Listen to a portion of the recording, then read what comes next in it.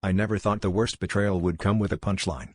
For weeks, my girlfriend had been coming home late, her hair smelling of cheap gin and her eyes sparkling like she'd just gotten away with something. She said work was hell, her boss a nightmare, but I knew the way she'd giggle in the shower wasn't about spreadsheets. One Friday, I followed her Uber, heart pounding and hands sweating so bad I almost dropped my keys twice. She ducked into a grimy bar, neon lights flickering like a warning. I watched from the back, trying to steady my breathing, and then I heard her voice over the mic, loud, confident, and unmistakably mine. Except she wasn't talking about her job. She was talking about me.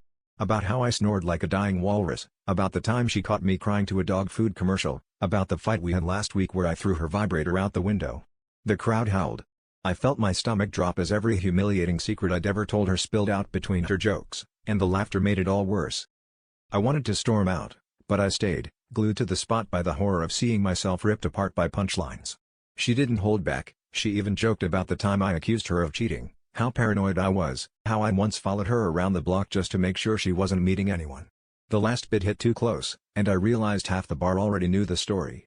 I suddenly felt like a guest in my own relationship, a clown that everyone else was in on but me.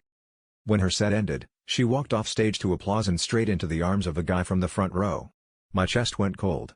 I waited outside, and when she finally saw me, she just shrugged, saying everyone needs material. The truth was, I'd always been terrified of being boring, of not being enough. I thought she was hiding another lover. Turns out, I was just the joke, and everyone was in on the punchline but me.